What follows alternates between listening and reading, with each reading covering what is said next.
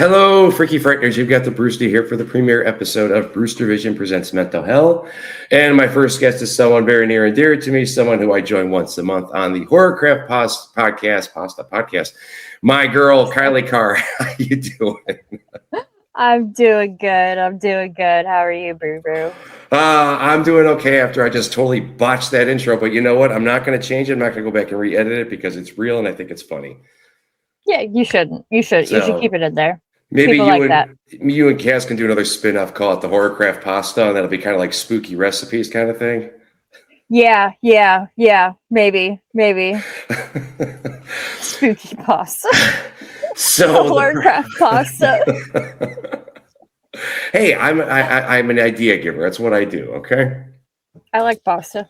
So the idea of this podcast, this series or whatever, is to talk about mental health and some of the people close to me, because once I got involved in the horror community about 3 years ago, I realized that there's a lot of people such as myself who used horror to cope with things in their own kind of way. And, we all have issues we got to deal with. And I figure if we do something like this, it can help, because it's me and Kylee. We won't mention any names, but a lot of people we care about are kind of going through some issues this year. So thought coming out with stories and stuff would help people out. So Kylee being my first guest because of some of our conversations in the past year.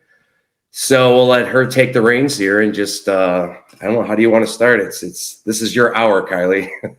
This is my hour? Gosh. I'll be here too, but it's your story to tell. So I don't want to kind of mention something and then you want to talk about how you love to eat cupcakes 20 hours a day. I don't know. I'm not a cupcake fan. I'm not a cake fan. Ask Cassandra. Fair enough. Not a cake fan. I don't know. A lot of people know I'm a recovering addict. I struggle with complex post-traumatic stress disorder or childhood trauma stuff. I have a son with severe autism who's nonverbal, and I have 2 dead parents, and I'm 34. It's great. And you have to deal with me once a month. And I have to deal with Brewster once a month. It's, I'm ready to go take a grippy socks vacation. I'm just kidding. Where do I start? I didn't have the greatest childhood, but it wasn't the best. Yeah. I had a functioning alcoholic father, and my mom was verbally abusive. They were split up. Didn't really grow up with 2 loving parents in the home. There was a lot of fighting and arguing, a lot of my mom screaming. My dad loved me, but he was a truck driver and gone a lot. Like I said, he was a functional alcoholic, and he liked to talk about, taking his life a lot to me when I was younger. And that had a pretty profound effect on myself, I will say. I've always lived in fear that my dad would do that, and he eventually did. Growing up, horror and Halloween's always been a huge part of my life. My little sister is born on Halloween, and my birthday's October 23rd. So that's my month. My second to oldest sister kind of got me into horror movies, and then my dad, for sure. He got me into Freddy Krueger and a lot of other different horror movies. I remember he took me and my little sister to go see The Mist in theaters. The original? Oh no, wait. The one with give me a second here. Thomas Jane. Yeah. Oh, yeah. God. Yeah. Oh. Yeah, dude, that's so brutal to take your 2 daughters to. So my dad is a big Stephen King fan. No one in my family is as horror oriented as I am, but he likes Stephen King. He reads the books. He got The Mist, he watched it, and then someone got it for him for Christmas. It was not me. And he's very picky, much as myself, when it comes to gifts. We make sure to take care of it, and even if it's the dumbest little knickknack, we'll use it because someone put thought into it. Yeah. He returned it. He's like, I do not want this movie. Oh my gosh. I've not read the book. I've not read a lot of Stephen King books. It's on my huge list of things to read and do. There's always just a lot. The book does not end that way. Really? Mm-hmm. Interesting. I won't spoil it for you, so. I'll be interested to see, because Mike Flanagan's been talking about doing a remake. I don't know. And there was talking about maybe a different ending. I don't know. I don't think I don't know. I guess I'm going to have to read the book and decide if I want a different ending or not. So my friend Ben, Spasmatics, little shout out for him. He ordered. He's one of the types that still trying to keep physical media alive. So he'll order these movies, and him and his wife love Stephen King movies and Dark Tower and shit. And I was over their house once, and he had this whole thing of Blu-rays that weren't even open yet with digital copies. And he's like, "Dude, take whatever you want, go nuts." And I was like, "Do you want a few?" He's like, "Dude, I'm not going to use them. They're just going to sit there fucking taking." I'm like a kid in the candy store, all these free digital copies of horror movies. Right. And The Mist was one of them. And I was like, I have no intention to ever watch this movie again, but I still had to take the digital copy. Yep. Absolutely. Yeah, like horror's always kind of been in the background. I remember growing up a lot, like especially when like my dad introduced me to Nightmare on Elm Street, I was just like wanting more and more horror. You know what I mean? And like Freddy vs. Jason came out. Like it was what a time to like be alive and becoming a Nightmare on Elm Street fan. And then we get Freddy vs. Jason. My mom didn't like that her precious girls were watching this stuff, but my dad, he let us watch pretty much whatever. There were some questionable things. Like I used to watch a lot of like the Fridays with my dad or Players Club, shit like that. So you're saying a Serbian film is not a good movie to let your children watch? What you're telling me? I would not watch a Serbian film. It's not my thing. Not my thing. I'm gonna have to sit through it at one point. I'm good. But and growing up, like it just wasn't cool to like scary shit or like I don't know. I remember kind of even just getting picked on like, well, your birthday's in October, so you probably love Halloween. Well, fuck yeah, I do. The fuck do you mean? Yeah. Come on. Like, but I just remember I watched a lot of TV growing up. I kind of like to say that I was kind of like the character from the Cable Guy. Oh, okay. So you were raised by the Brady's. Well, not just that, not that. Just I've just watched a lot of movies. Growing up, like that's all I really had. Like I said, my mom wasn't very hands-on. She was at a certain point, and then she wasn't. And she got really depressed, like when I was in high school, and just quit being a mom completely, except to yell and scream at me about something, or just always trying to fit me into being what she thought I should be because of how she grew up and like what she thought what a woman should be. Yeah. But, and I remember feeling like suicidal a lot, especially like around 7, like when my dad left. I remember going to school and telling them that my dad died because that's what it felt like. Yeah.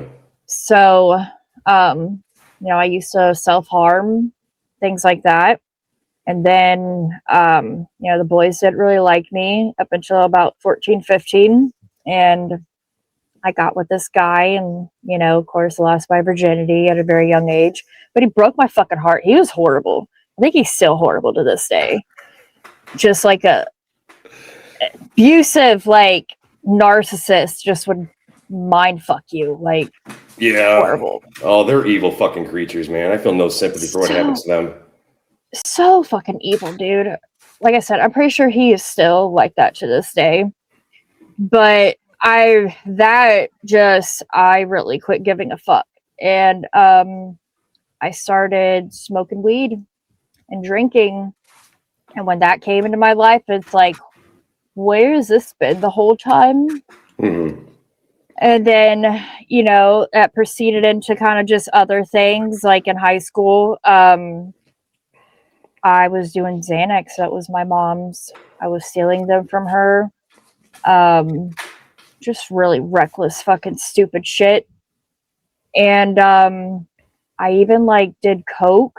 and I smoked crack at 16, and I didn't even know that's what that was. Like, I was hanging out with like this older guy that of like one of the guys I was dating, and he's like, it's freebase. I didn't know. I'm fucking 16 years old. Mm-hmm. Now knowing, like, I was smoking fucking crack, dude. Yeah. But like, I was always very shy growing up as well. So when I did these things, like, I felt comfortable in my skin, you know. But really, like, I was a fucking hot mess.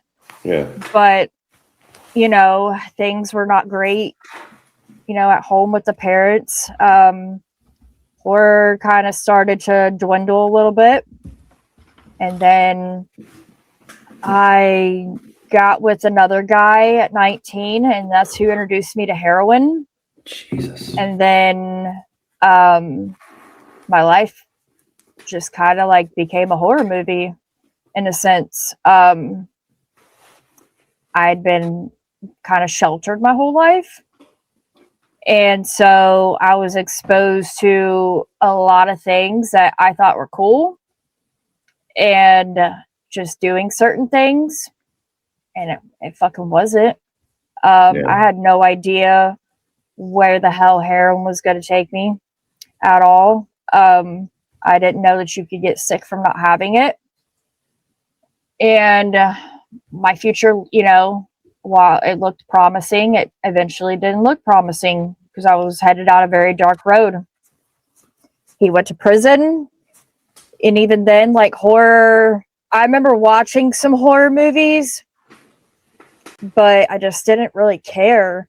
Like, and that had been something that was like pretty meaningful, like horror and music. And I didn't care. He went to prison, and then that's when things kind of got really, really bad. I started shooting up because at that point I was just snorting it. And that's really when things got very, very dark. You know, a lot of things that happened to me in childhood and high school, like I was raped in high school, Jesus were like contributing contributing factors into all of this. So like I don't know, a lot of my family blamed him for it, but like I was already on the path for it. You know what I mean? And so I eventually like got in trouble. Then went on the run because he had gotten out of prison.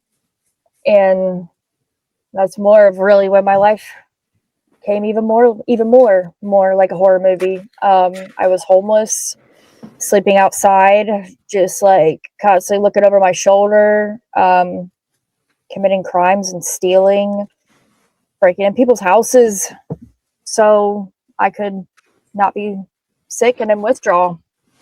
And you know, a lot of people, they don't really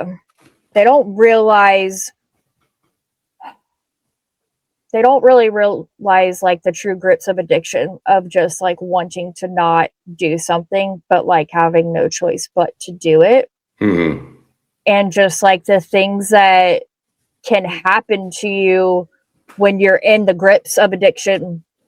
Like, if you'd have told me the first time I did heroin, like that I signed up for being homeless or taken advantage of in horrible ways that women are in addiction, nope. But I think during that time, because this was like 15 years ago, maybe 12, 13, something like that, nobody had any idea, I think, what this opioid epidemic was going to be and what heroin, opiates, all of that, like nobody understood how powerful it was. Mm-hmm. You know, but just a lot of shit. I remember one time I was sleeping in a shed, and like, because the people we were like staying with were just kind of like tired of us, but like didn't want to tell it. They felt bad, but didn't want to tell us to go. So like, you could sleep in our shed, and here's a tablet, and I'll put some American Horror Story on for you. And I fucking loved it. Loved it. But it was horrible. It was horrible sleeping in cars, all of that.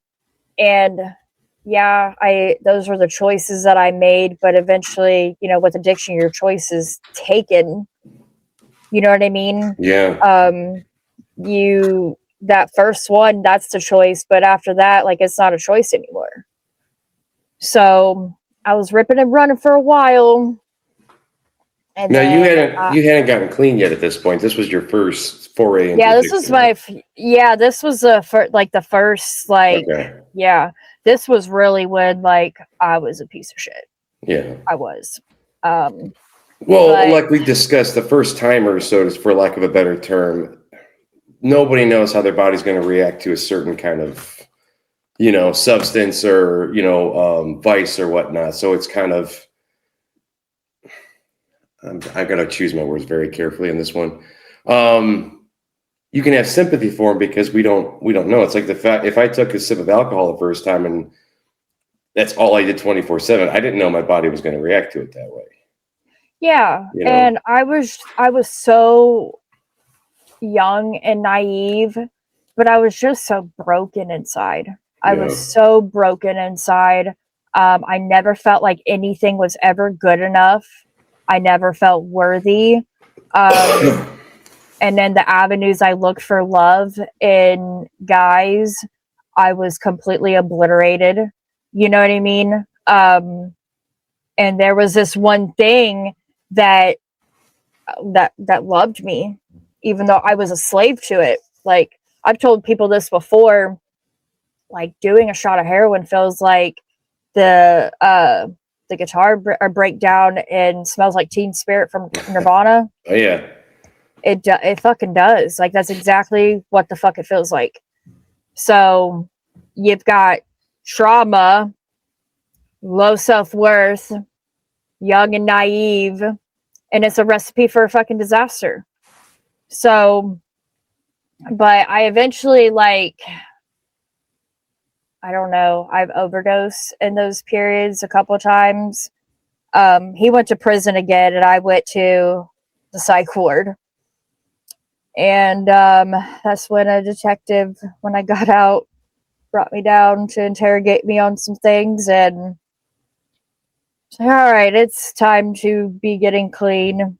It's time. And I was trying to, like, do it on my own, or just, like, use successfully, just, like, drinking and smoking weed and doing other things and Xanax. But, like, I remember craving normalcy and wanting to be a normal person, and, like, trying to do, like, I was trying to get a job. I never really had a fucking job. Like, I did, but, like, I'd always end up fucking quitting.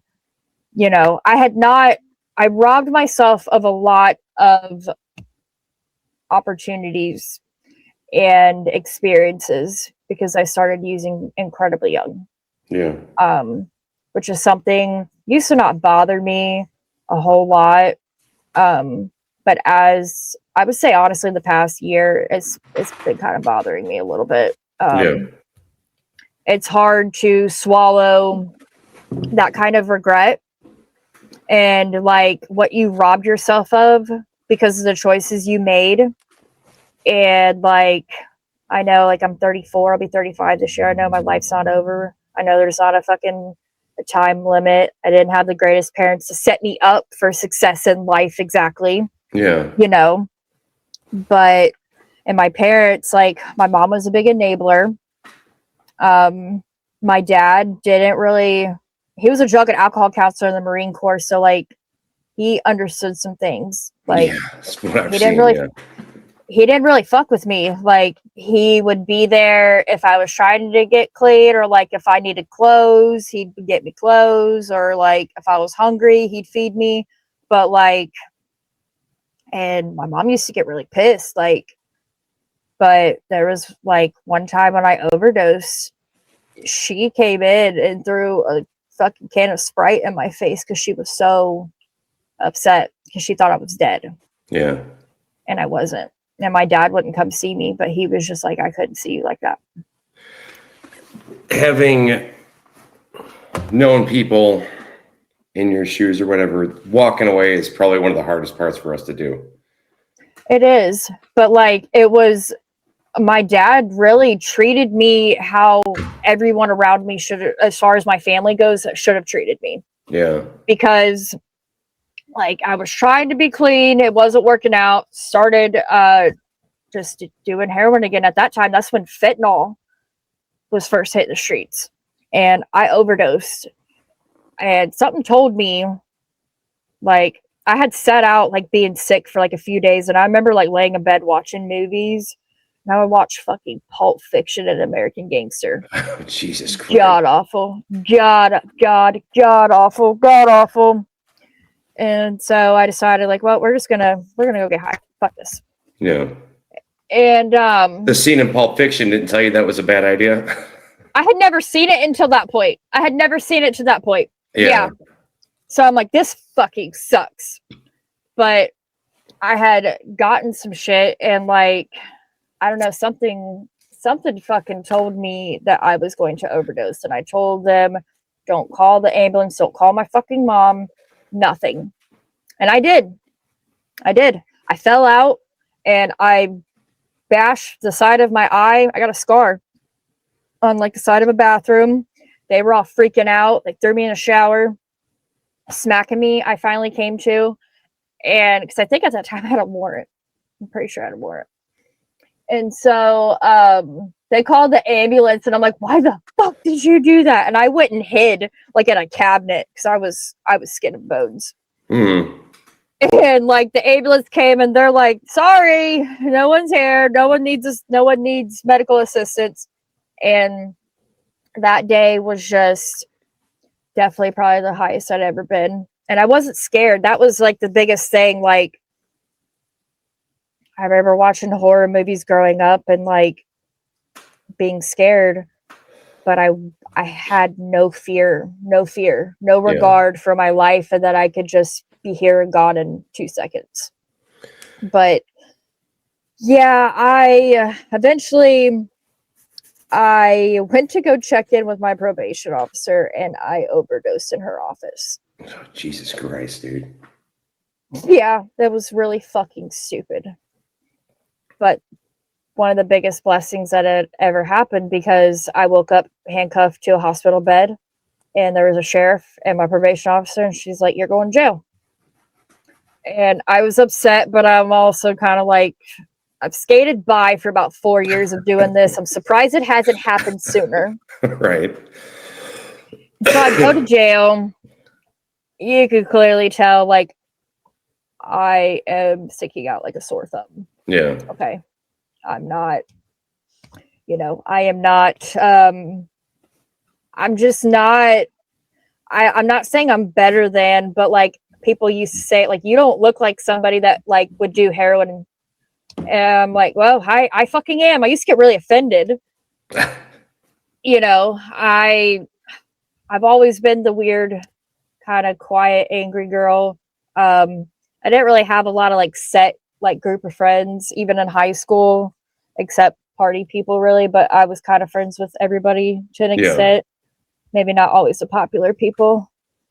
But yeah, I went to jail, and then I went to rehab, and like got told about my fucking self completely.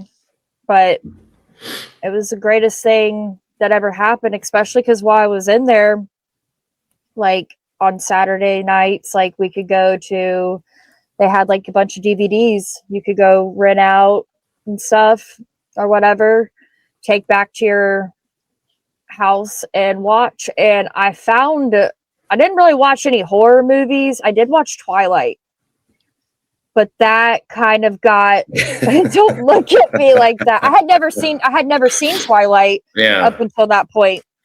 So for future reference for people who haven't seen Twilight, watch all of the Anna Kendrick scenes and fuck the rest of the movie. Pretty much. Even though she's not a vampire. She's still in it. She's hot. Anna Kendrick is my celebrity crush. Valid. So, as you were. But I found like my love for movies again, and I realized like I missed out on a lot of them and a lot of music.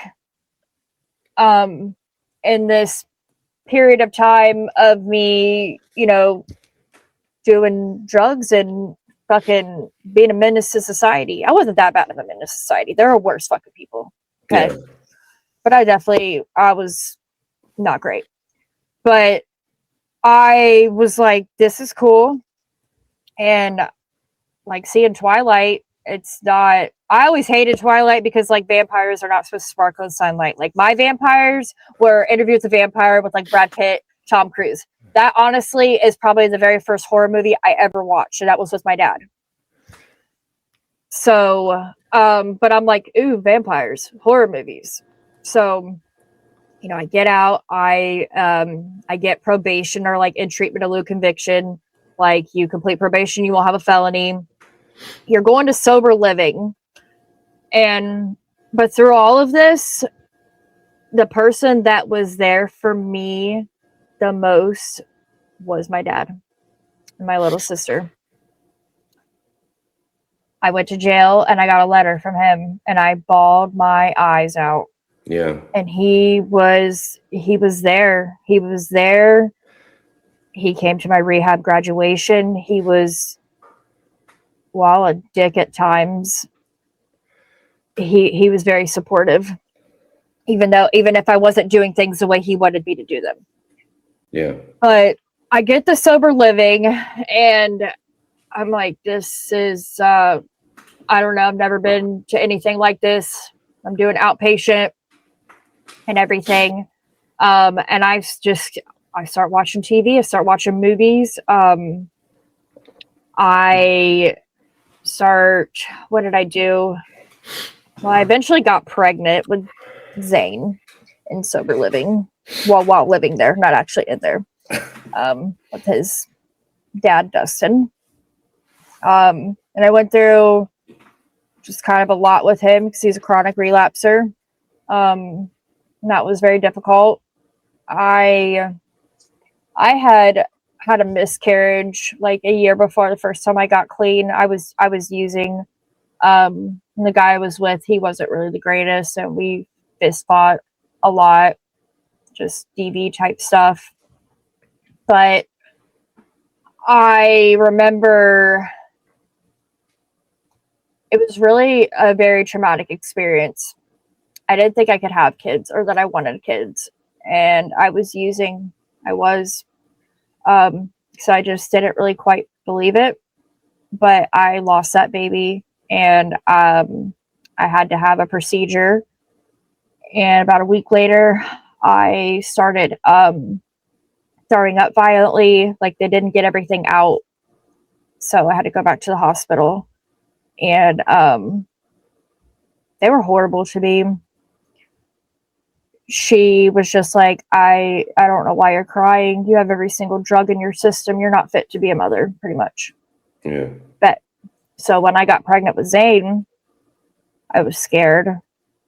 And that was my reason for getting and staying clean completely. I went through a lot. I eventually got a TV and a DVD player in my room in sober living, and I would walk to Family Video, pregnant, and get movies. Yep, get movies and DVDs, and like I started catching up on a lot of shit I missed, a lot, and I just remember like a lot of that just got me through some difficult emotions like it did when I was a kid, I didn't have to think about what was going on in my head or outside of me, or just how incredibly hard everything was. And I could just watch someone getting fucking gutted on my TV, Yeah. But it's carried me through a lot. Like I remember seeing Evil Dead, the remake. Oh yeah. And Jane, I think that might be her real name in real life. I don't remember. But like they took her out there because she was like strung out on dope and they were trying to get her clean. I'm like, this is so fucking cool. Yeah. A horror movie that is, one of the main characters is addicted to heroin, But I eventually, I had Zane. I worked really hard and got my own place and a car. Was getting more DVDs and horror movies and stuff. And I eventually ended up getting, I didn't even have Wi-Fi for a while. And then I got it and I got Netflix. I was very late to the Netflix game or just streaming in general or just Wi-Fi. Yeah. So I was just watching a lot of stuff. But then I was about 2.5 years clean and my dad took his life. He struggled with chronic pain. He had 2 herniated discs and had back surgery, and it made his back a million times worse. He could no longer work. And he was very erratic towards the end. I sometimes wonder if he had early Alzheimer's because of alcohol abuse. And he was addicted to the pain pills the doctors were prescribing him.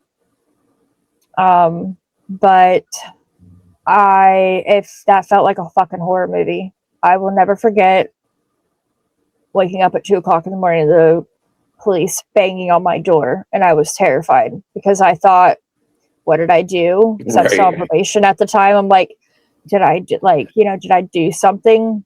Yeah. And it's some police officers in a coroner to tell me my dad had passed away and that he had took his life. And I lost it. My worst nightmare came true.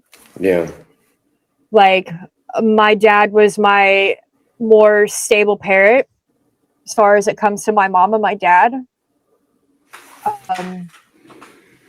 And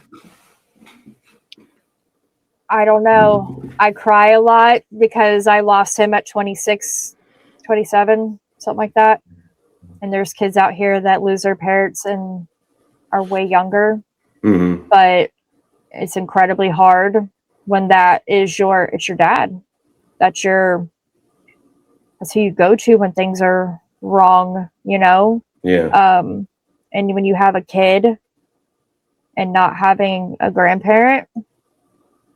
So I pretty much held on for to my 3 years clean. In a month after that, I started doing pills that I thought were just pain pills, but eventually I found out later on they were fentanyl pill press.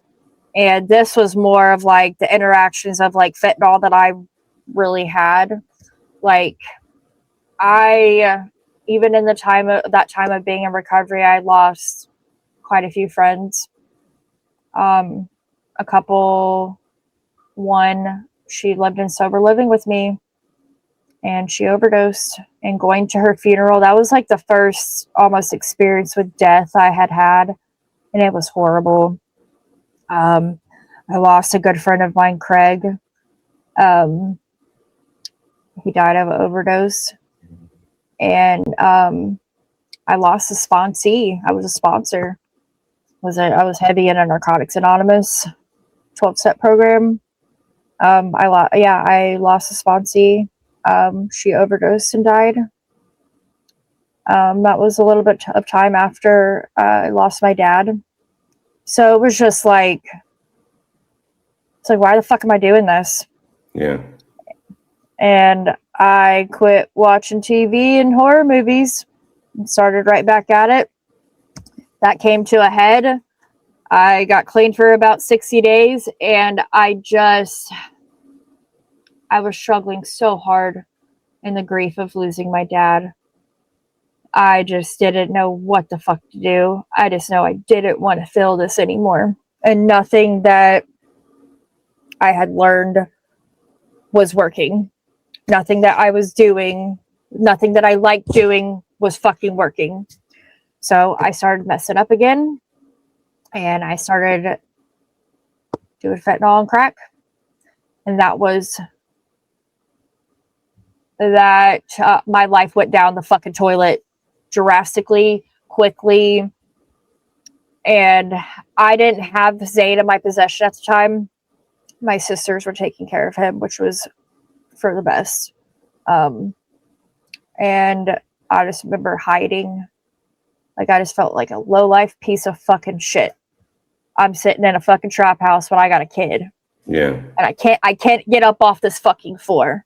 I can't get up off this floor and go be with my kid because I'm caught in the grips. Eventually, probation officer calls, like, you need to come down. And she put me in jail for a week, which was also another blessing. Because who would have known what would have happened, you know? I got out, and I still couldn't quit smoking crack. Like, I don't know. Before I got clean, I remember thinking there was something utterly wrong with me, that, like, I was possessed, like, I was evil, because I couldn't quit doing the shit. I felt like that again, even though I knew the answers to my problems, right? So I eventually go back to rehab at a different town, 2 hours away from my hometown. I go into sober living, and I decided to stay. And me and my current husband now get together. We eventually get our own place. And, you know, but what kind of started a lot of, like, even just my journey down here, it became apparent that Zane was not doing certain things. He was like 2 at the time. He was not talking. He was having horrible meltdowns and headbutting the floor. And it became apparent, like, he had nonverbal autism. And my little sister was misdiagnosed with autism growing up, even though she's now, like, severe ADHD, but, like, it's still, like, under the same neurodivergent umbrella, so they both can coincide. And my mom dealt with a lot alone. And so with Zane, I just knew what I needed to do, and I knew being a fuck up and getting high was not going to be it. Yeah. He was going to need me. He was going to need me to advocate for him. He was going to need me to provide stability and routine so that way he could thrive. He was going to need speech therapy, OT, ABA therapy, like getting proper diagnosis, stuff like that. And Dakota understood that. Dakota immediately just stepped in and was like, I'm Zane's dad. I didn't ask him. He knew that Zane came with me. And it was wonderful. You know, we get our own place. I get pregnant with Julian, and I'm a stay-at-home mom. So what am I doing? Watching horror movies, all kinds of movies and shows, you know. Yeah. And I remember why I watched them, like, so many dark moments, like, even just like things with Zane, like things that I can't control, but I know if I could put on one of my favorite horror movies, it helps me cope a little bit. Or even just like the ones I used to watch with my dad. When I miss him, I put one of those on. But a couple years ago, I unfortunately lost my mom. We had not always had a great relationship, but when I came down here, she moved down here, and my last 5 years with her were absolutely fantastic.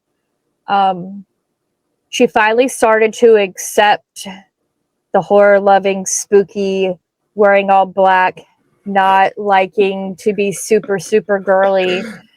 And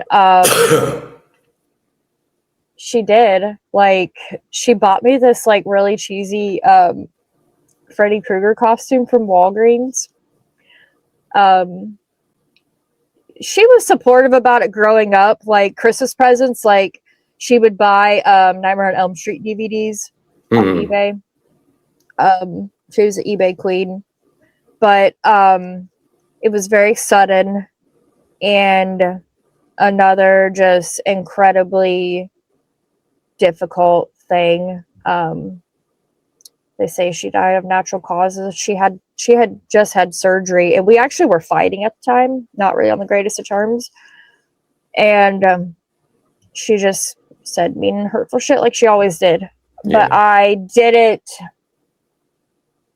I wasn't standing for it this time. And I didn't let it affect me in the ways that it always had before. Mm-hmm. You know what I mean? But it was incredibly hard when she died. I was trying to call her and she wasn't picking up. I had been trying to call her for a couple of days. And I remember I was on the phone with Cass. Like, I haven't heard from my mom. And I was like, something's not right. And I called the police to do a well check. And it took them an hour. I had to call them back, and they told me they found my mom and she had passed away. She had her dog there, so I had to go there, and they were like, "You don't want to go in there?" I'm like, "I don't want to go in there. I have enough fucking trauma in my life. Mm-hmm. Enough. I wasn't doing that to myself." But we had to clean out her apartment, and it was, I don't even know. But it was the last day we had to be clearing stuff out. And I realized on the kitchen floor were decomposition marks. And that changed my brain chemistry. For sure. It's one thing to see stuff like that in horror movies. Mm-hmm. But to see it in real life, and when it's someone you love, yeah. But there was a lot of times at night, like when I closed my eyes, that's all I thought about, or was her like dropping dead at the fridge, you know. But I had a lot of peace when she went, and you know what? I didn't relapse after I lost her. Yeah. Didn't fuck up, because I wasn't doing that. It wasn't. And that's just like when I first came on to like Horrorcraft. Like, I had been on Horrorcraft for 2 months and lost my mom. And I took a little bit of time off, but I came back pretty quick. But I remember telling Dakota, don't let me quit this. Do not let me self-sabotage. Do not let me quit this, because the grief of losing my mom and everything else around me is too fucking hard. Because I love this. And so I remember like months prior to losing her, I had discovered Hell House LLC. It might have been a year, a few months. I don't know. But I was you remember just how much you love those. I was so fucking like, this is fucking amazing. Have you seen Hell House LLC? This is fucking great. This is, and I was late to the game. Yeah. But after, I don't know, they had announced it, I think around when she died, that they were coming out with Carmichael Manor in October. And I was so excited. I just remember like I was just hanging on for dear life for that fucking movie, and did not disappoint. But that was the part 4 that was first made for Shudder, correct? Okay. Yep. That one's fucking terrifying. That's probably ranked in my number 2. But you know, there was some like horror movies I guess my mom liked. My mom was a fan of Carrie. Yeah. She liked Misery. She, you know, she always would buy me a Nightmare Before Christmas stuff, because I love Nightmare Before Christmas. And I think there's some horror movies that she would even like now. But it even just like my dad, I don't know. I remember I used to rearrange my whole fucking life, like on their birthdays and death anniversaries. And like, I decided a couple years ago I wasn't going to do that anymore. Yeah. So what the fuck is it doing? I cannot drown in the fucked up grief that I feel on a daily fucking basis, because it's not going to change anything. And I love being on Horrorcraft. Like, my best friend, who we met at a special needs family retreat, fucking gets what I go through with Zane, and has everything that I have, and like what I'm doing is because of her and because of horror.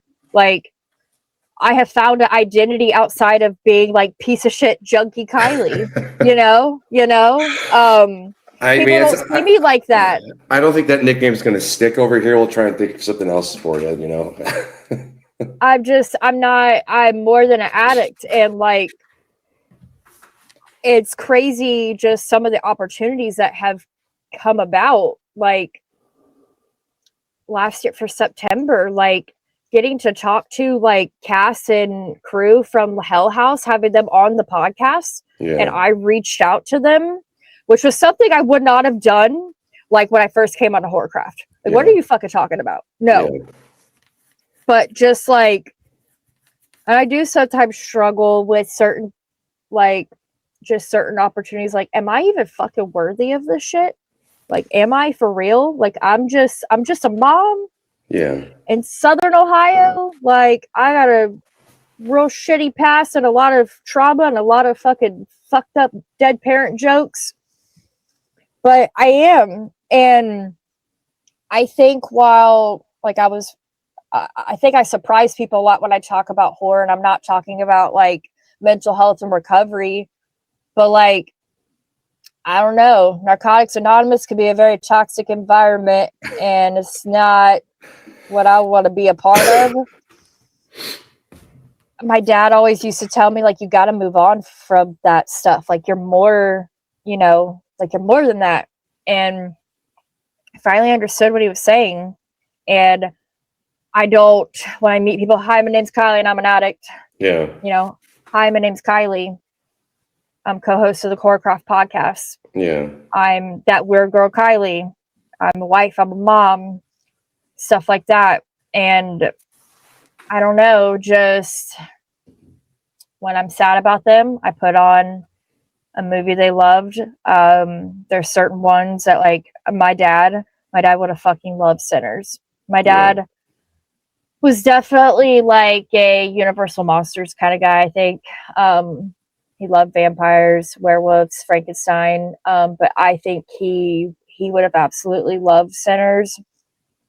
And I don't know, a lot of it, like, there's one movie, Project MK Hex, and it's about a filmmaker who is kind of documenting things surrounding his brother's taking his life.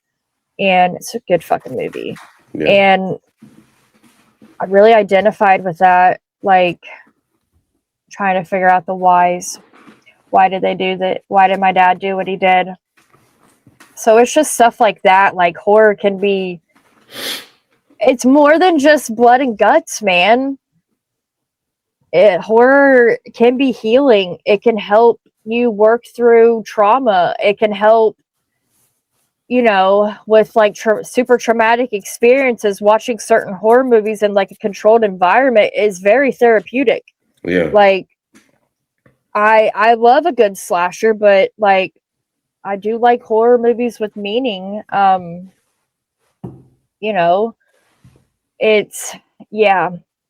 I finally feel at the age of 34 and everything that I have been through, I am finally like who I was always meant to be.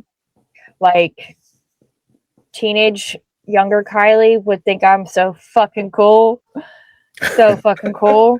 And that alone is like all the fucking like healing and like achievement feelings. I mean, I still have some things I would like to achieve. I'm not done. That keeps you goal oriented, keeps you moving forward, and you would just, if you felt like you accomplished everything at your age, you'd be like, well, what the fuck do I do now? Yeah. I think I have struggled to just sometimes just find purpose outside of being a mom and a wife. You know what I mean? Like, I talk about this a lot. Like, when you start using drugs, like your brain is kind of like set back there. So like 15, 16, you know what I mean? And like I got clean and I got pregnant. Like I became a mom. So like I sometimes feel a lot like I'm like a teen mom in my brain, even though I'm not. Like, Yeah. I'm 34 years old, but I didn't give myself chances to do certain things, but doesn't mean it's over. There's lots of things I want to do. You know, I've played around with the idea of like making a fucking movie, a found footage movie. I got a video camera for Christmas one time and I fucking loved it. I recorded stuff all the time. I did a report on Roseanne in 7th grade. I was just watching some episodes earlier. No I joke. fucking love Roseanne. I love her. It was where Dan beats up Fisher. Oh yeah, that's a great fucking episode. It's an amazing episode. It is like they were all, you know, about laughs and shit, but there are some really profound episodes of Roseanne, and that is most definitely one of them. But I fucking, part of like my project or whatever for this, I took some of my classmates and like recreated an episode of Roseanne. Oh, nice. I put a pillow on my shirt because I was Roseanne. Yeah, like that's when like I was on IMDb before like everybody else was. Right. Because I was always super fascinated with like who's in this movie, who's that actor, like. Oh, plus like the that. Easter eggs you can find on IMDb about the movies, the trivia. I love that shit. Oh, I know. Like there's so much like on there. Like I like now, like it'll tell you like certain like what's rated, like what's things are rated, like what's in it. Yeah. Because like I can't watch certain shit around the kids. There's like I let my kids watch horror movies. Like a couple weeks ago, Zane, he's been struggling pretty bad.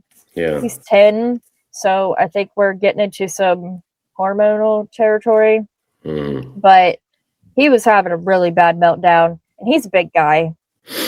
I have a bad back. Like my dad, I deal with chronic pain. I have a herniated disc.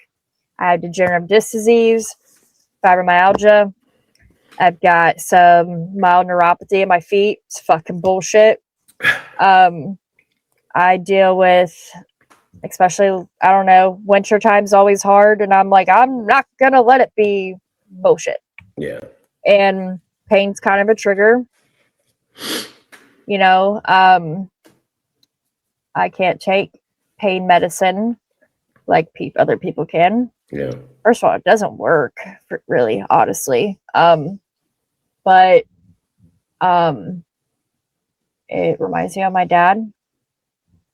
Like, this is how he felt every day. Okay. So I try not to think about that too much. Yeah. If I do, I spiral. I can't, but it's fucking hard. So I am sitting around watching a lot of horror movies. I have to. It's our fucking job. It's our job. Well, do you think that a lot of your how am I trying to word this? Your love for horror is because, you know, you obviously were closer with your father. You know, I can see the influence. It's because, you know, it reminds you of your father, the positivity of it, you know, and it was your thing between the two of you guys. And by you continuing on with this, you're honoring his memory. I mean, not that you don't love horror as it was, but every time you do something related to it, you think your father would be proud of you. Absolutely. Like, especially like going to Scarefest and just talking to like certain celebrities, you know, or, you know what I mean? I think my dad would be really proud of me.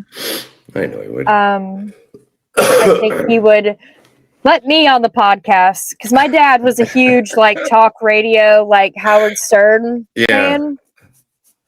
So I wish I had more time with him to talk more horror with him.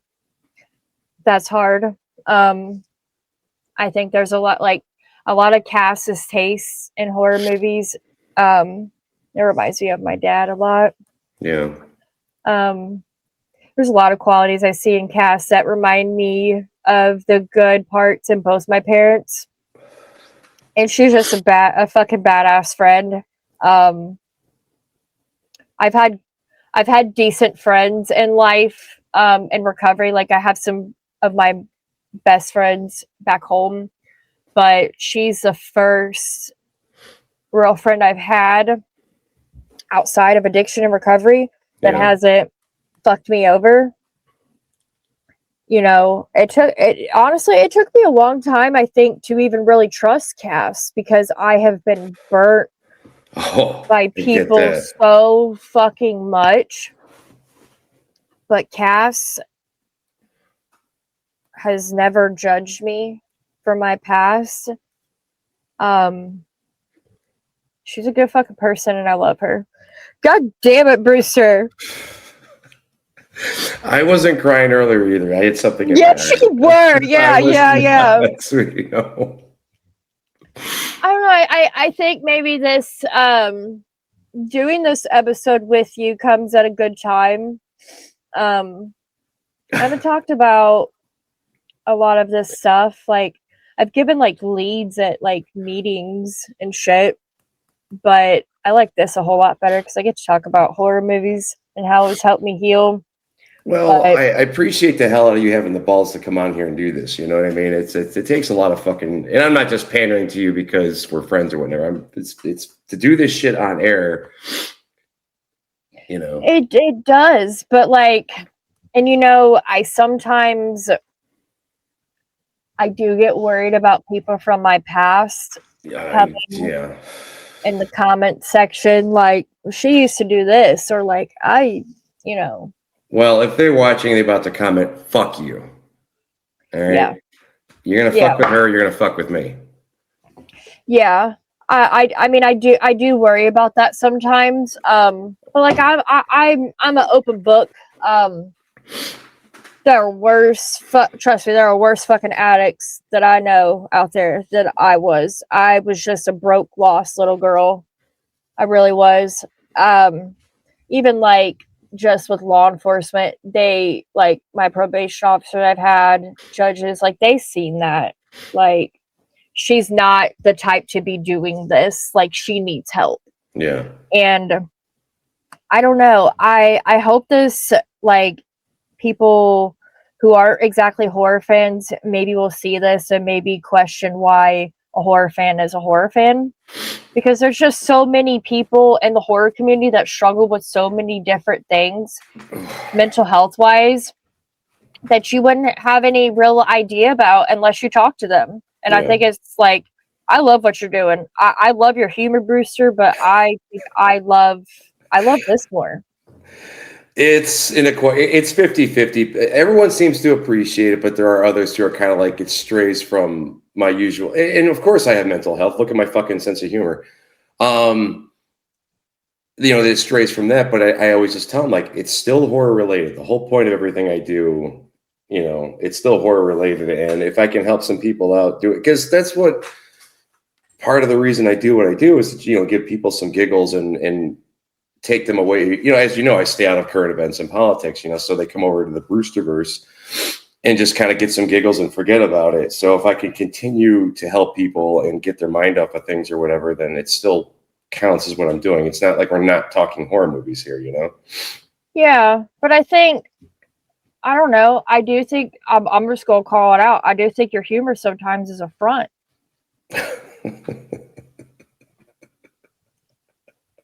I don't know what you're talking about. I don't know what you're talking about. Yeah.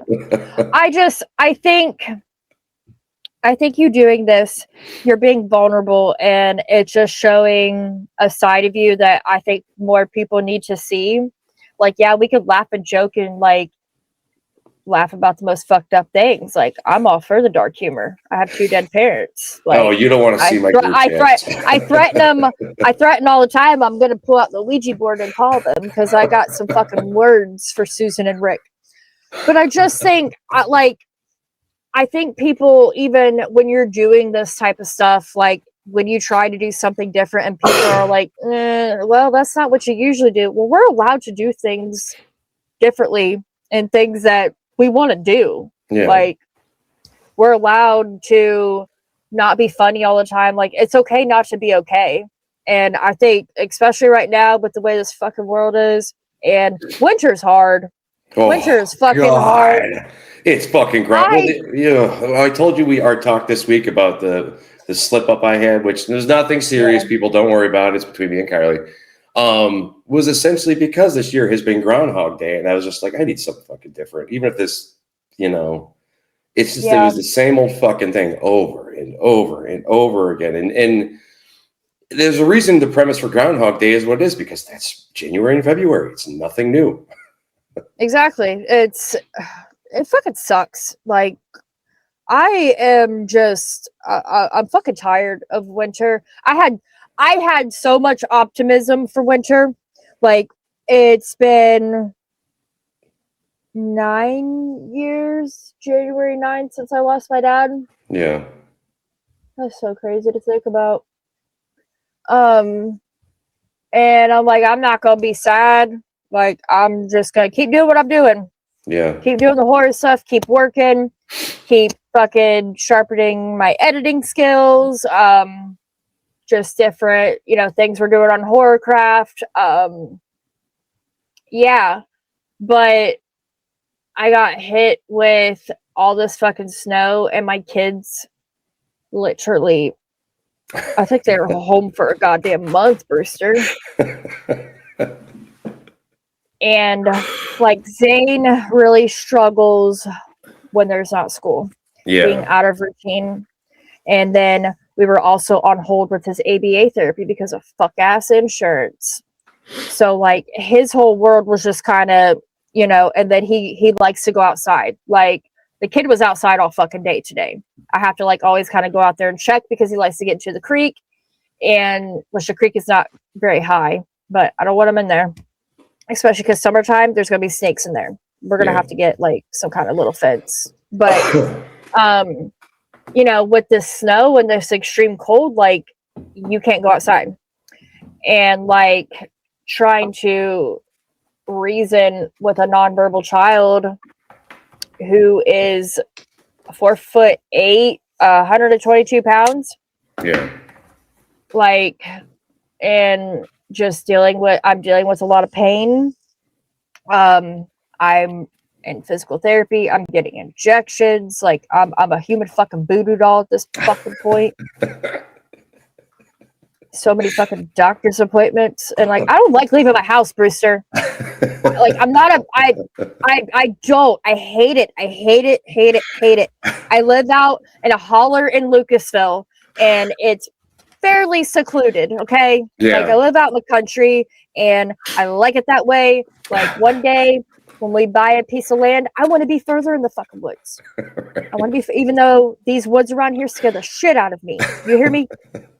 We got Bigfoot, Mothman, aliens, fucking the Hilliker brothers. Huh? The Hilliker brothers from the Wrong Turn series. Yeah.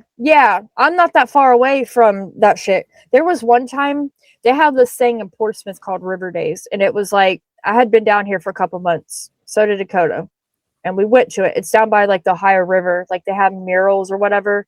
But there was a family, and you could tell they were inbred. Ugh. Like, they had a lot of like the facial features, and I was just blown the fuck away. Like, people are different down here. Like, not even just, I don't know. It's kind of dark down here. Like, Portsmouth, Ohio was like the starting point of the opioid epidemic.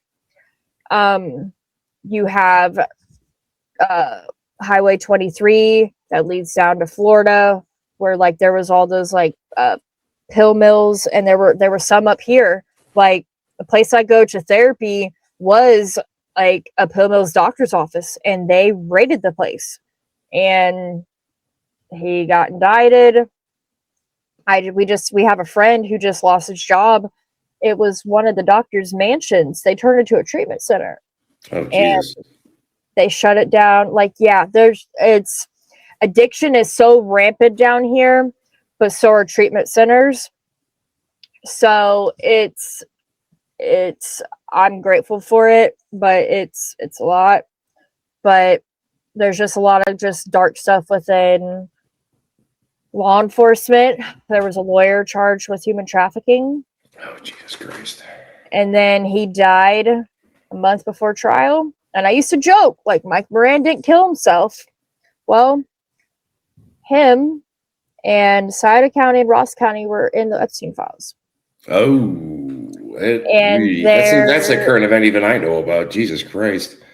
Yeah, and like there's a lot of missing women in Ross County, Columbus. There's some down here, like the place I used to go to treatment at. Like there was a missing person of Megan Lancaster. Like I've heard about this stuff since I came down here. Yeah. And there's always been talk that that lawyer was connected to things, and now this is all coming about. Like it's just another thing, like addiction. Yeah. Do addicts do this to themselves? Yes. But do they deserve the horrific things, especially women? Do they deserve these horrific things to happen to them? No, of course absolutely not. No, absolutely not.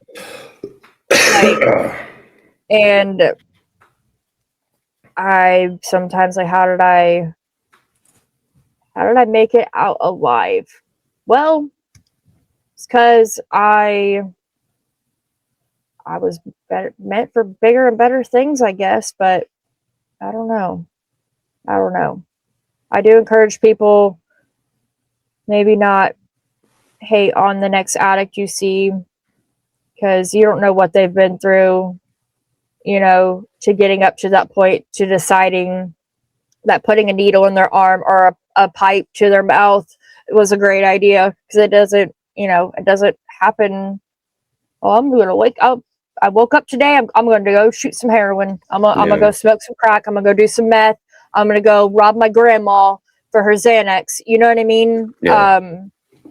I'm going to be homeless. I'm going to go sleep outside. That's what I'm going to do.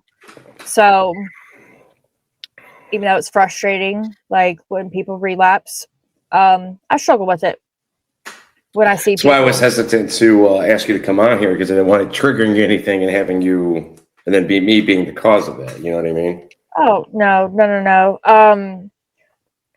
I haven't done any like super hardcore drugs for almost like 7 or 8 years. I've had issues with other things, drinking. I have smoked weed and not like relapse full blown. Yeah.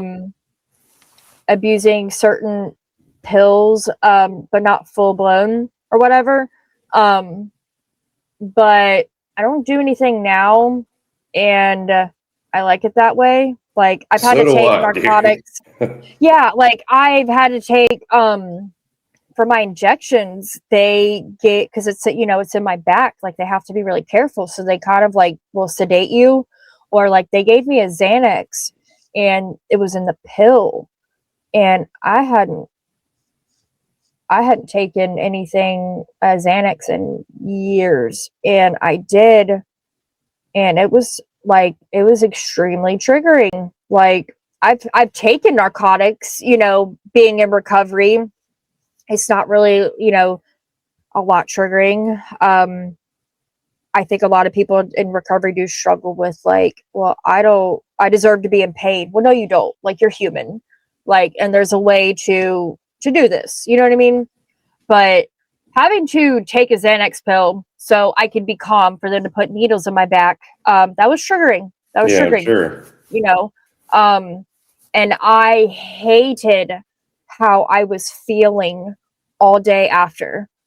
Like, it just doesn't, that stuff just no longer aligns with my life today. Like, I felt like the Xanax is supposed to calm you down. No, I'm freaking out because I feel outside of myself and I can't like take care of the things I need to take care of, like my kids or cleaning the house, even though I wasn't supposed to be. I just, I have to take it easy for the first couple of days when you get these injections. But like, I was panicking. I'm like, I don't like this. I don't like this. Stop it. Stop it right now. Stop it right now. You know? So I think if I were to do any, I just can't. I just can't. I've come way too far in life and healing. As a mom, I could just never do that to my kids. I couldn't do that to my husband. And like, I see a lot of like recovery content creators. Like there's one in particular, he just relapsed. My thing, like, if you're going to be a content creator, I don't know, man. Don't fucking relapse. Yeah, like people rely on you, you know? Yeah, like he relapsed like a year ago, and like he not really, he has not really ever, it seems like, I could be wrong, I'm not going to name his name, No, had like a substantial amount of clean time, it seems like. Doesn't seem like he could get past 2 years. But I would not be like, if you're going to be a content creator, you're talking about recovery, you need to lock the fuck in. Yeah. Because people on the internet are mean, for one. For two, you're monetized. So you're making money off your content. And like, you have subscribers. So like, the money that they're paying you, like, you're using that to like do whatever, you know what I mean? Like, and like, that's not fucking cool. That's not cool at all. Like, I don't know. It's life or death. It's life or death. And I no longer want to fucking chase or welcome death today. I don't, you know. I'm gonna just keep being a mom, keep being a wife, and keep being a slave to the Horrorcraft Podcast and the Hell Zone. Well, remember, if you do some dumb shit, aside from Dakota and myself, Cass, coming over there to kick your ass, you don't get to have your once a month visit by the Brewster on the Horrorcraft Podcast. So you got to keep all the stuff. You got to think of the positivity. Like I said, I told you last year, or I didn't tell you last year, but I don't know. I thought about having just going back to the bottle myself and just be easier, you know? And it's like, I got too much going for me. You know, I'm not going to let you ladies down. Do you just drink? You drink though, right? Oh, it's fun time drinking. Like you know, I have my I mean, I can tip them back for sure, but I haven't been blackout in a long time. Yeah. Mine's now, the do you just like do you drink like liquor, like mixed drinks, or do you drink just beer? Because I've just only have seen like really in pictures like you're just drinking beer. Yeah, I'm not I mean, I'll drink a mixed drink if I'm at a party and someone gives it to me or it's bought, but typically I like beer because I just like to pound them. You know, I'm an old school guy, but you know, I'll do shots too, and it's for fun to get you out there, loosen up. You know, you see me. I'm not flexing here, even though it sounds like it, but you know, I'll go and see my friends, see their bands, get on stage with them, and it kind of loosens me up and just having a good time. But I've been down that road of at 44 with my past history and not having a DUI. I want to go out, you know, with that record. I think that's very good. You know, I want to keep that because again, if I get a DUI, as we discussed before, if I fuck up now and I get a DUI, all those past toxic people, they win. Exactly. You know, it's like, look at him fucking his life up. So, well, and now here's another reason too. Like every county, well, at least like pretty much all over, there's like a Facebook page. Busted. You are not going to see my fucking face on there, except if it's something to do with my kids. Okay. Right. If it's something, you know what I mean? Yeah. Like it's no. Yeah. I mean, the mugshots never get the best side. You know what I mean? The best angle, and I can't handle that. Yeah, I tried to find like my first ever mugshot, and I don't know why I've never been able to find it. Granted, this was like 11, 12 years ago. I think they've gone after like 7 or something, aren't they? I think so. I don't know, but it was bad. It was so fucking bad. I was not even like relatively like here. Like it was bad. But yeah, in jail, that's a fucking horror story too, man. Yeah, let's not talk about that. It's not great, and I don't know. Yeah, like it shouldn't be a vacation, but I do believe that people need to be treated like humans. I watched this documentary on HBO Max. Me and Dakota did about a month ago called Alabama State, and just like the corruptness of this prison system in Alabama was fucking insane, and just the conditions that they were living in, and like I don't know, like the Green Mile. That's a horror movie to me. I just ordered that today, actually. Like it's not, but it is. Like, I don't know. I think that there are some criminals that they don't deserve to be in prison. Like they should be in like a mental hospital. And there's a lot of them that don't get like the mental health help that they need. You've got just fuck ass CEOs and shit that they do whatever the fuck they want to you because they feel like it. Yeah. I think it's like a lot of times it's the real life horror for me that could be sometimes scarier than a movie. Well, that's the other reason I try and keep my my nose clean, because I ain't going to that shit. I've seen too many friends and stuff have to go through that. It's just like I've had to visit them there, and I don't want to be on the other end of that shit. Yeah, it's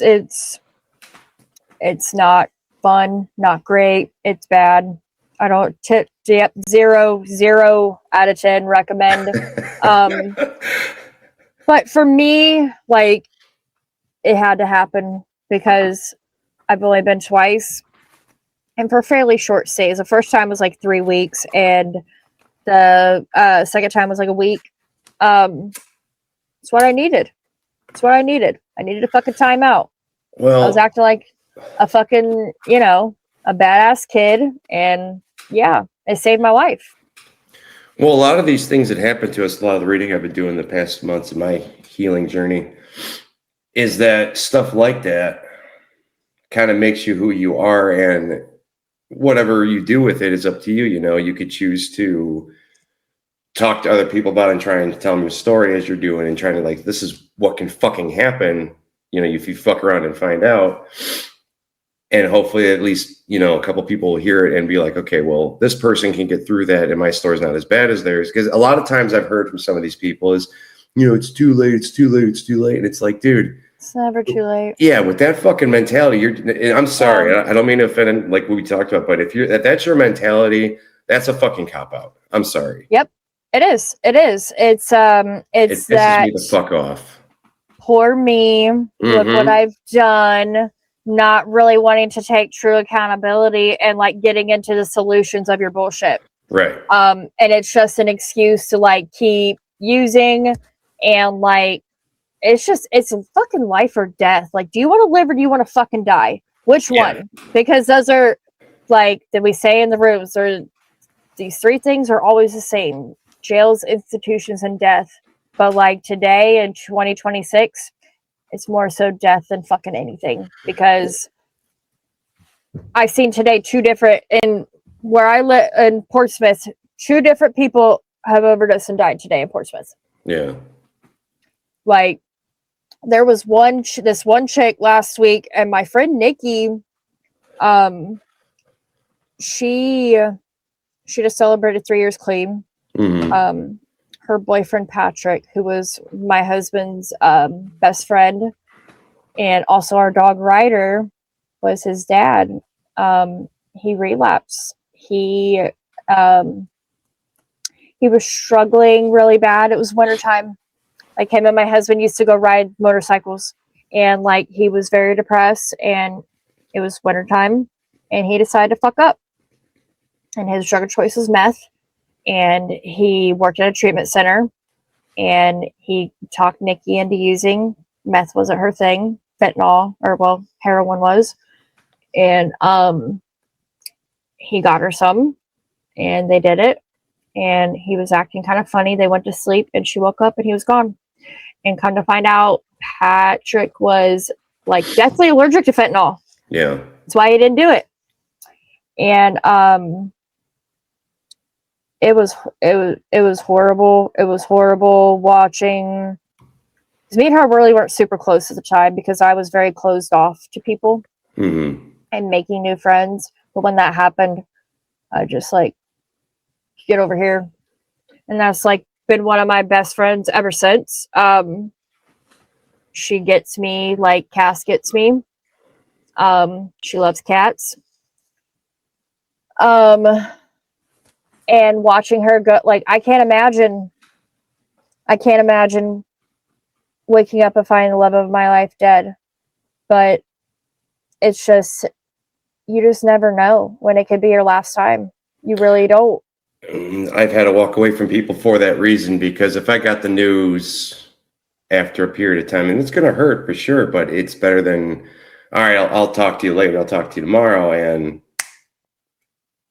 I think that's why I have been closed off for a long time of making friends. Because especially in like the recovery community, like it's so fucking hard. Like they relapse or they die. Yeah. And I'm just like, I would rather fuck everybody. But in like the horror community, I don't have to worry about that so much. You know what I mean? I mean, you definitely have to worry about fuck ass people, because there's fuck ass people out here in the horror community. Trust me, I know. We definitely know this. We know this. But I definitely am a lot more guarded. I keep the horror community circle type small. But I don't know, man. I just feel like I've been able to be more my authentic self in the horror community than any other fucking community, including the recovery community. Like I don't even act or dress any sort of way that I used to even back then. Yeah. And even in that 3 years of being clean, I was extremely unhappy and I was not myself. Like I was trying to be like a lot of people in the recovery rooms, like having nice shoes and just this and that. And that was not fucking me. Like I don't give a shit. I don't. And my favorite color is black and I don't give a fuck. Okay. My sister busts my balls because growing up in high school and stuff, I've always been into horror movies, but it was more heavy metal things and Metallica t-shirts and stuff. And I always used to say, they were like, why do you always wear black? I'm like, well, because black goes with everything. Exactly. I was like that growing up. Like I was like an emo little scene girl. You know what I mean? Yeah. Like I had a studded belt with pink duct tape. It was really fucking cool. There's not a whole lot of people, like I think in high school, that remember me except for my belt. But people used to ask me, why do you wear that belt? Why is there duct tape on your belt? Because I fucking like it. What are you talking about? Right. What do you fucking mean? Like what other logical, like go the fuck away. Right. But I always just ask them, like, what's wrong with you? What do you care what I do? What do you care? Yeah, like I don't even talk to you. Like we're not even friends. Like you're a fuck ass. Like I literally can't stand your existence. Now please let me be and let me go back to fucking drawing. Because that'd be another thing. I'd be drawing like I can draw. I was in like a vocational school for computer graphic arts. Like I'm pretty decent at drawing. I used to be. I'm a little bit okay. I was fantastic back in high school. Yeah. See, another thing that like I wanted to go into graphic designing. I wanted to like make t-shirts and shit, but like my mom made me feel like I was never going to like be successful at doing any of that. So I'm like, well, maybe I'll just like go into marketing. I don't know. She was a dream killer. I love you, Mom, but you fucking were. So like I wanted to go off to college and like study more graphic design, and I didn't. But it's funny how things work, because now I'm doing, the podcast, and I am doing a lot of just like graphic design stuff, editing, video, creating fucking shit and within horror. And I cannot even explain how healing that has been for me. Like I don't even think I can fully grasp how healing it's been. It's just brought back a lot of dreams and things that like I want to do. Like I was a kid with a camcorder making fucking Roseanne episodes for a school project. Like it'd be real cool to make a fucking movie, especially a found footage one. So maybe that will happen one day. I don't know. Well, if you need any help with that or need me to record any clips, I'd love to be a part of it. I have some ideas. It's just getting the time to kind of sit down and put the thoughts together. Well, but I'm here to help if you need it. My 3 gremlins, they keep me on my toes. I'm literally convinced Raiden really truly is like Beetlejuice baby or a fucking zombie. I saw the Beetlejuice baby post. This morning, he woke up, I changed him, me and him came back in the room and Julian came in. Dakota was still laying in bed. He fucking grabs me by my hair. Like out of nowhere on the bed. 'Cause I'm laying on the bed. He's laying on the bed. He like comes up from behind me, grabs me, and fucking tries to bite my face, Brewster. He tried to bite my face. Like I'm convinced he is a vampire, a zombie, because the kid's always biting me. And it makes me very overstimulated, and he bites really hard. Really hard. I'm like, what in the fuck, bro? Like, I think he really just may be a vampire or Beetlejuice baby zombie. I don't know, man. I don't know. I don't remember Zane or Julian ever like biting, like being biters. Like I don't think they were. Because like I was asking Dakota, like, do you remember Julian biting? He's like, no, I do not. I do not. So, but yeah, I love my kids. It sounds like it. I do. There are some days I don't always enjoy being a mom. I struggle. I do. And it's kind of linked to like childhood trauma. Yeah. So I'm going to be starting EDMR therapy next month. I'm a little worried. Just trying to get to the root causes of that. I'm definitely not a perfect mom, but I like to think I'm better than my mom, but I do have some things I need to work on. Well, you acknowledge it. That makes you different already. Yeah. It's hard admitting that, know. But this was got to be done. But it is. And there's just things I don't remember. So I can't even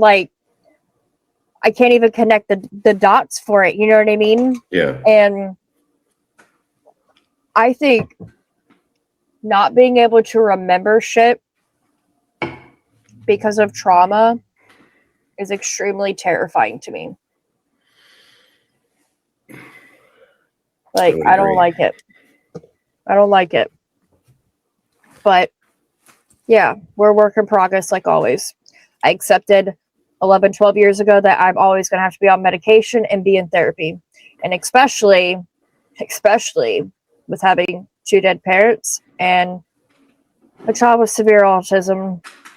And it's a lot easier to surrender to that than getting high. Well, I've accepted pretty much the same thing, and after this past one, I have to watch. I'm lucky enough that I've avoided medication and therapy so far. But I have my little self-help reels on YouTube, and I hate to say it, like, well, I saw it on the internet, but there are good ones, mental healness and that kind of stuff. And yeah, I watch those I watch those daily. Sometimes I come home at night, and depending on the shit day I've had or not, those types of videos will just go on repeat while I do my stuff around the house, and that's. If not for the rest of my life, I'm going to be doing that for a long while, but it beats the alternative, and exactly. It is what it is. We're meant to grow and evolve as people. You know what I mean? I can't stand people. Well, this is just the way I am. Well, no, the fuck it's not. Yeah. Like there's certain things you can accept about a person. You know what I mean? Like Dakota must drink graham crackers every fucking night before bed. And he's a man of routine, and he takes extremely long showers. I mean, I do too, but I'm single, so there's a reason for it. Yeah.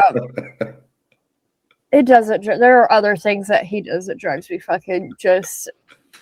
If I forget to put a dryer sheet in the dryer and his clothes are staticky, he has a whole fucking meltdown, bro. Meltdown. I don't want to laugh at him though, because he let me steal you for the past hour and a half on a Saturday night to record this, so I kind of owe him. So I really can't.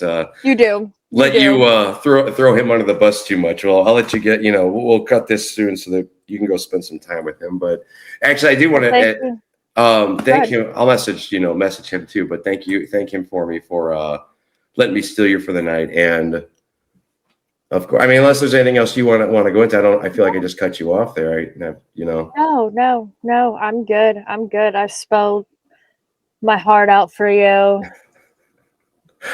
I know. I can't tell you. And the fantastic viewers of Brewster Vision. I can't tell you enough. Not only how much I appreciate you being the first guest to come on here, but for your help last July and our convos and stuff with that, and thank him again. I know I'll message him later. I know I've talked to him, but I just do appreciate it because, it helped out a lot. Everybody did really, but, us having similar past with that kind of stuff, you know what I mean? Yeah. I'm always here. Likewise, man. And, we'll have you and Cass on Brewster. Yeah, my God, I'm getting tired on Brewsteria, and I just can't thank you enough for coming on here. And we didn't cry, people. We both had something in our eyes. That's all. Yeah, we just had stuff in our eyes. I don't know what you're talking about. So, all right. Well, that was Kylee Carr of the. Am I pronouncing your last name right, Carr? Yeah. Okay, Kylee Carr of the Horrorcraft Podcast. And this has been Brewster Vision Presents Mental Hell. Thank you for watching. And until next time, stay cool, freaky frighteners. Bye.